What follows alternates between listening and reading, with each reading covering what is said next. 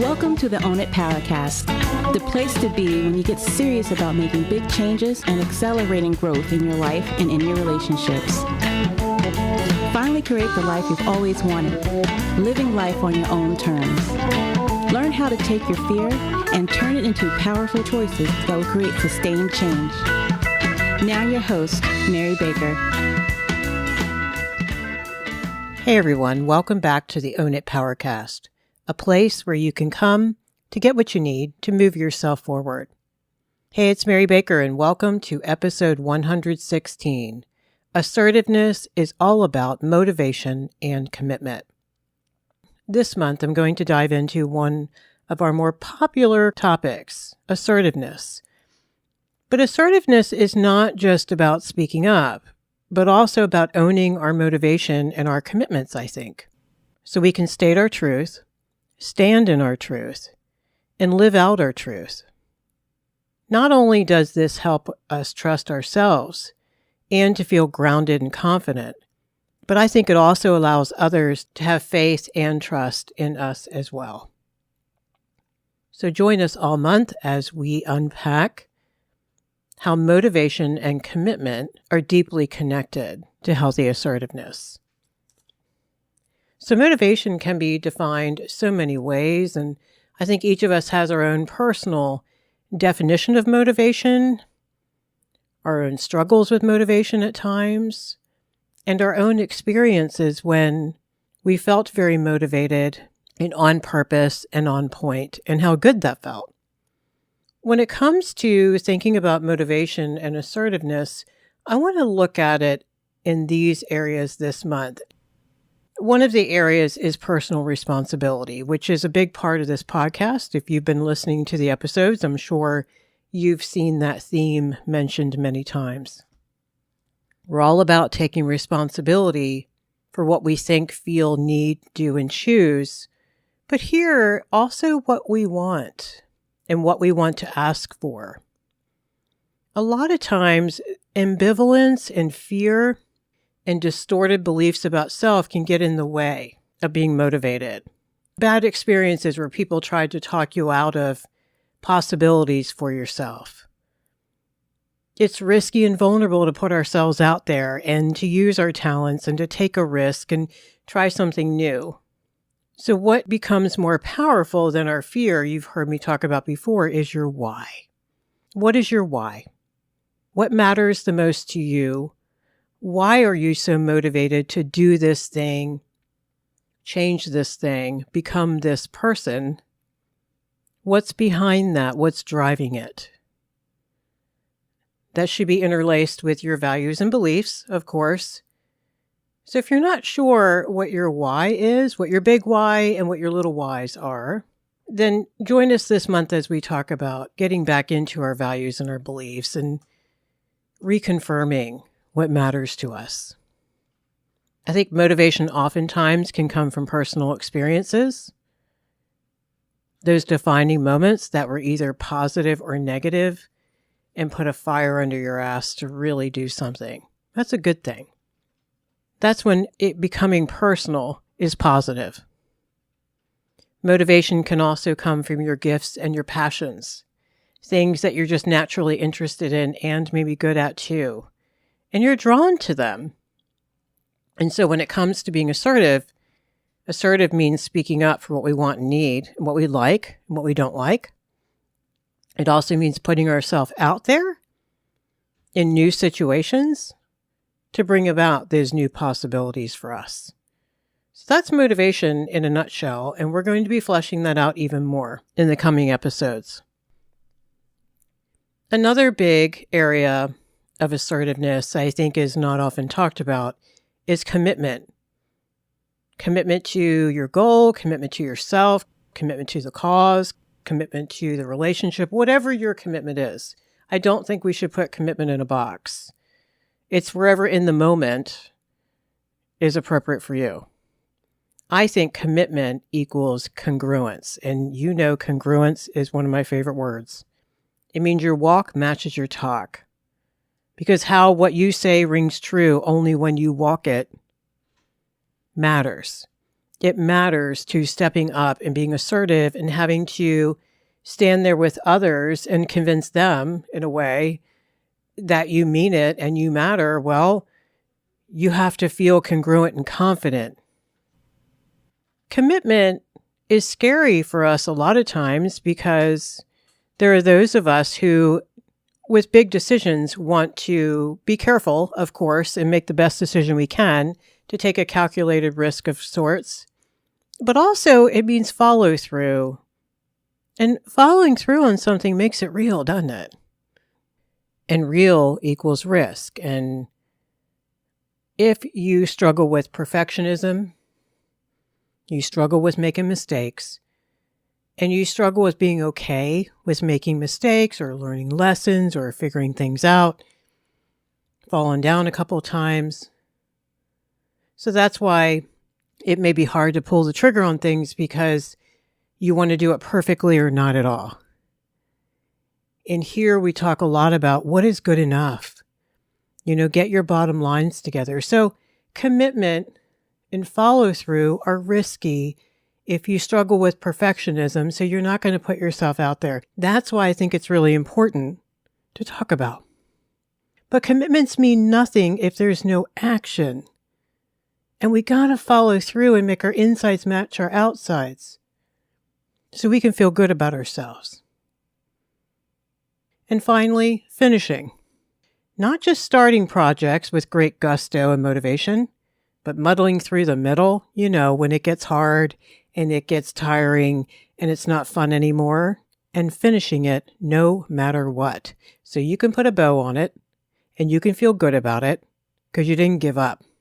You did not leave things undone and unfinished, which is a form of self-neglect and a form of avoiding that commitment and follow through like we just talked about. Because if it's not complete, you can say, oh, I'm still in the middle of that. But by not finishing something, we can self-sabotage because then it's not real. We're still working on it, quote unquote. So those are the two areas of assertiveness we're going to talk about more this month. But I want to take the rest of the episode today and talk more about assertiveness and the Assertiveness Bill of Rights. Now, the following is a variation on the Assertive Bill of Rights. I've seen so many different ones over the years, and all of them are wonderful. I don't think you can go wrong. And they're by different authors. This one I have not found the origination of, so I apologize for that. The explanations are mine. So what I want you to do is kind of listen to these and see where you are. Do a self-assessment here, because if we're going to work on assertiveness, first we got to get honest and figure out lovingly where we are. What we're doing great with and what we're really struggling with and why. Sometimes I think we know these things, and when we get into some unhealthy situations, relationships, work environments that, like we've talked about so many times, if you drink too much of the Kool-Aid, you can forget. Okay, so the first one is, I have the right to express my feelings and opinions appropriately and have them taken seriously by others. At least acknowledge that they're yours and that they matter to you. One better is that they're validated and you are honored in that way. So even though they may not agree with you or completely understand why you think what you think or feel what you feel, I think we all deserve acceptance and basic respect, to not be manipulated via rage, rejection, passive-aggressive behavior, and or crazy making. So boundary work, guys, right? Boundaries are honored here. Your feelings and your opinions are yours. And again, it says expressed appropriately. We're not acting out. We're not leaking out sideways. We're using I statements and we're keeping it about us. I have the right to ask for what I want. You get to want whatever you want and need whenever you want and need it. They matter to you.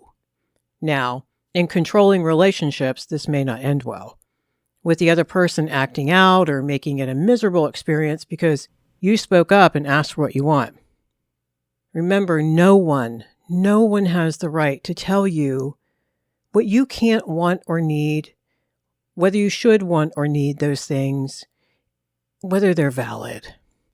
Only you get to decide that based on whatever criteria you want to use.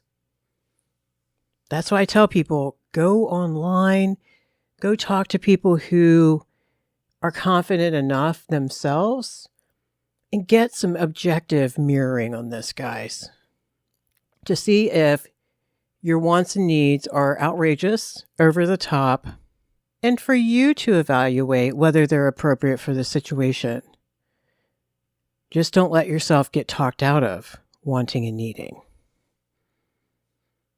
I have a right to disagree with others, regardless of their position or numbers. Just because they're in a higher position of authority or experience doesn't mean your opinions don't count. Speaking truth to power, I realize, or even perceived power, takes a lot of courage. Yet it should not be punished. It shouldn't be shamed, and it shouldn't be blasted in any way.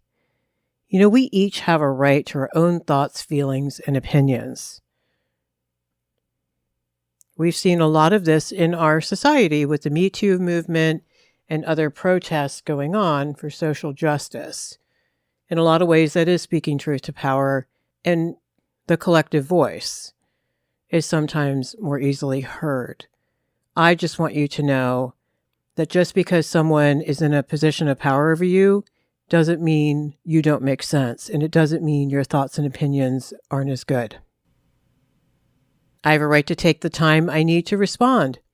Look, just because they decide to ask you right now, especially if they waited until the last minute or simply need an answer right away, doesn't necessarily mean that you are ready to give them one or can give them one. Now, this doesn't mean putting them off to be controlling. It just simply means you're taking the appropriate amount of time to think about what your truth is. You think about what you need and what your boundaries are. Being pushed for an answer or allowing our own people-pleasing tendencies to say yes immediately without checking with yourself is blurring the boundaries. It's how we lose ourselves in relationships. So just because they doesn't mean I. Remember that detachment phrase. It's okay for them to ask. It's not our place to judge them. It's just that unfortunately, see how I'm neutralizing it here? Unfortunately, I just need some time to think about that. I have a right to say no without feeling guilty. There's a big one. It's your right to say no, or it doesn't work for you, or whatever other reasons that you have that are valid for you, because it's not really their business. Every situation is different. The guilt comes up because we're afraid of being wrong. Maybe our self-trust is still a little fragile. We've been manipulated out of our truth. Maybe over the years our boundaries have been violated and we've been questioned way too much, so we kind of lost sight of what our no is and why that's valid. Just make sure it's earned guilt if you're going to own the guilt. Unearned is, wait a minute, I said no, I have a right to say no. I'm not saying no to someone who needs me to call 911 for them, right? So you have to evaluate each situation, which is why I think it is so crucial when you're doing this kind of work to run it by healthy people. Get a coach. A coach can walk through these scenarios with you and help you figure out what's healthy versus unhealthy and why. Next one is, I have a right to say, I don't know. Maybe you don't know. And you don't always have to have an answer, much less the perfect one, okay? You may simply not know that particular information. You may not be sure yet. You may need to check some things out, or wherever you are in the situation. You may not know. You may not know what you want in the moment. You may not be sure yet what you want off the menu. Who cares? Again, we want to be appropriate and responsible to others, of course. You're not going to hold people hostage, but you're going to be honest. A lot of people grew up in families where you should have the answer and you should know it, and it should make perfect sense and be backed up by research. when you're 10 years old at the dinner table. And so a lot of families can give the vibe like, you better know that. Creates so much anxiety. And so people will pontificate and just even make shit up because they don't want to look wrong or stupid, which is so sad. Make sure your relationships today are ones that everyone's okay with not knowing. In fact, humility is a wonderful thing. One time this is not great to do is when you're passing the buck, or you don't want to take responsibility, or you don't want to say what you mean. That's different. That's not what I'm talking about.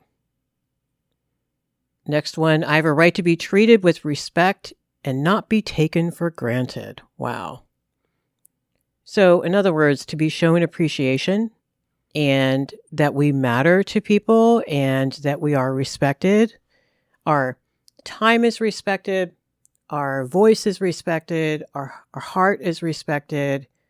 What we need is respected. What we're going through is respected. But here's the thing. To be shown appreciation, we have to act like we respect ourselves first. Because it's up to us to set limits for ourselves, I think. If we begin feeling that we're doing and giving too much where it isn't valued or reciprocated, that's our stuff. Not that we want quid pro quo relationships, but I think we do want them to be mutually beneficial, of course. Everyone gives and everyone receives appropriately so. Now, when it's parent to young child, that's different. It's not their job to give to us, even though we would love them to.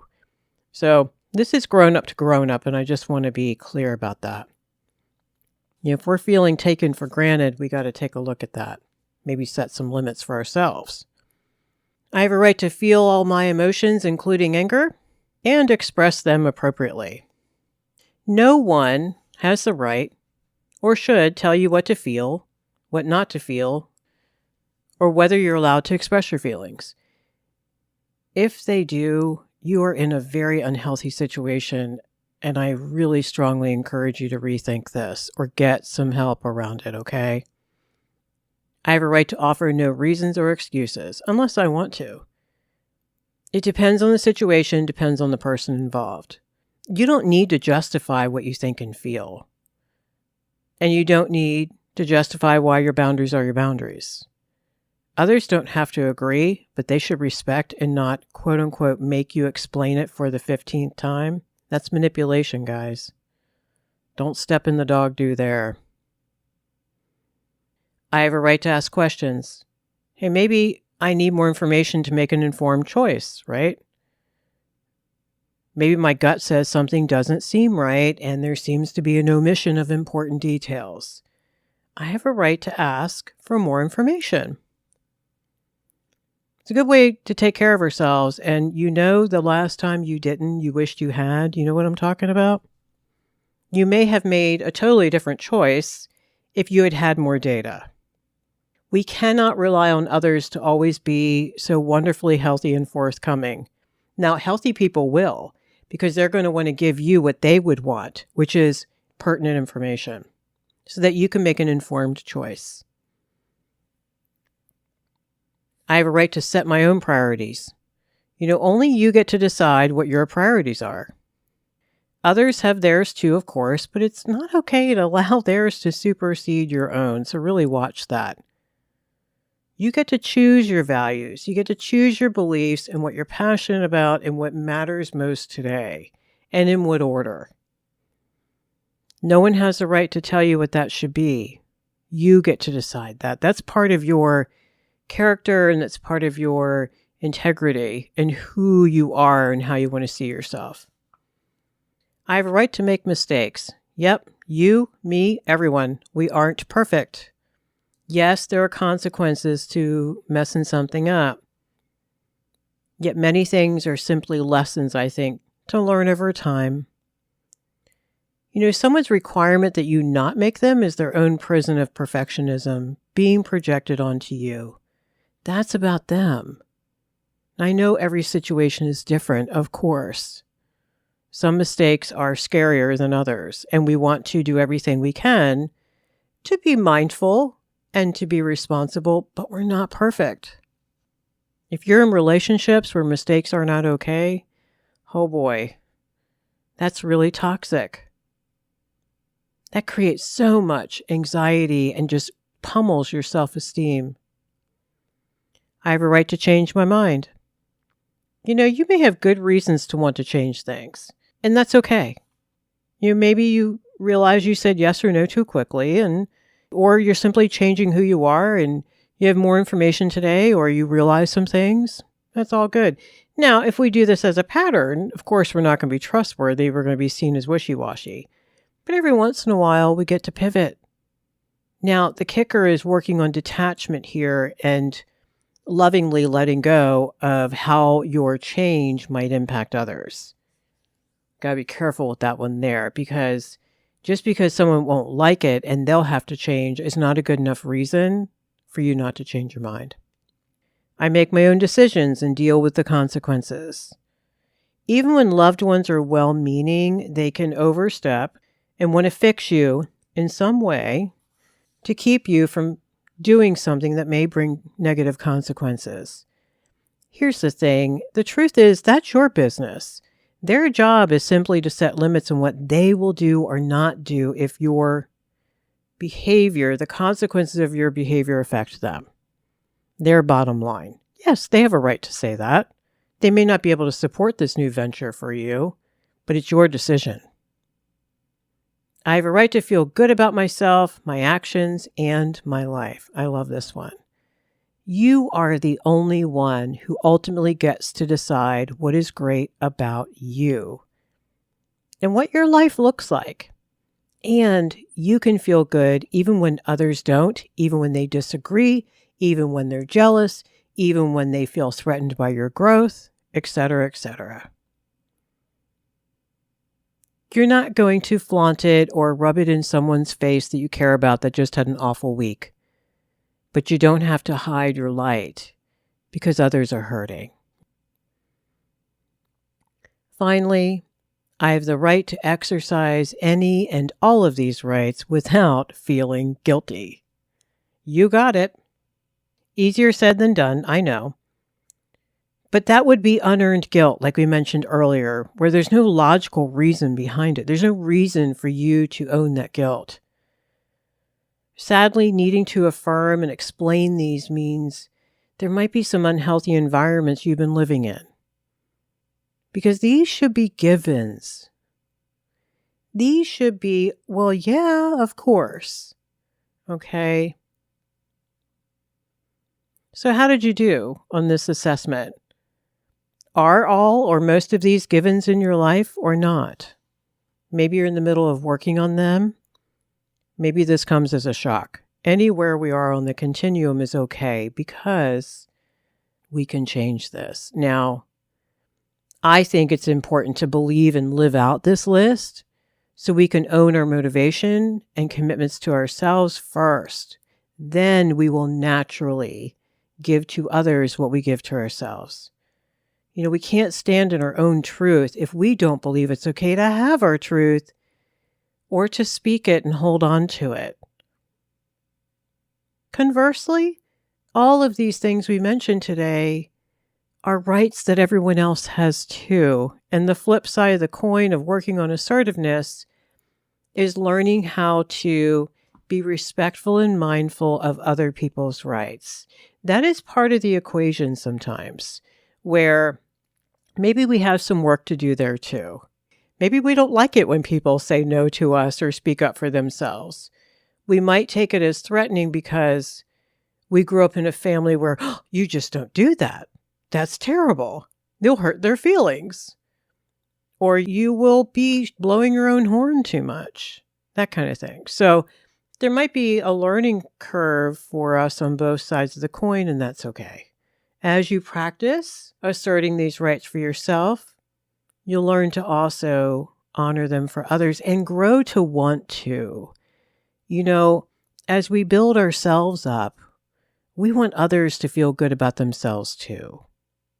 In fact, we're going to need that in our relationships. So today we introduced the concept of how motivation and commitment, I think, are a big part of assertiveness. and how confidence is built or broken by how much we own our motivation, honor our commitments to ourselves and others, and either enhance or hurt the trust in our relationships.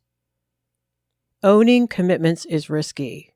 It's differentiation, it's boundaries, and it's pretty damn wonderful over time. Thank you for joining me today. May you stay healthy, stay in your truth, and hold on to hope. Find some good out there this week, guys, and do some good. Be sure to check the show notes at ownitpowercast.com. If you don't get the newsletter, sign up for it. It comes out once a week on Tuesday, and that's where you get all the bonus downloads from the episodes. Thanks for being there. You're doing great work, and you're making the world a better place. So pay it forward, keep focusing on you, and I'll see you next time. We hope you took away some useful insights and tools you could begin using right away. If you did, please leave a positive review and share on your social media. Because could you imagine if everyone in your life really got it together? Remember, own it now, so you can really own it later.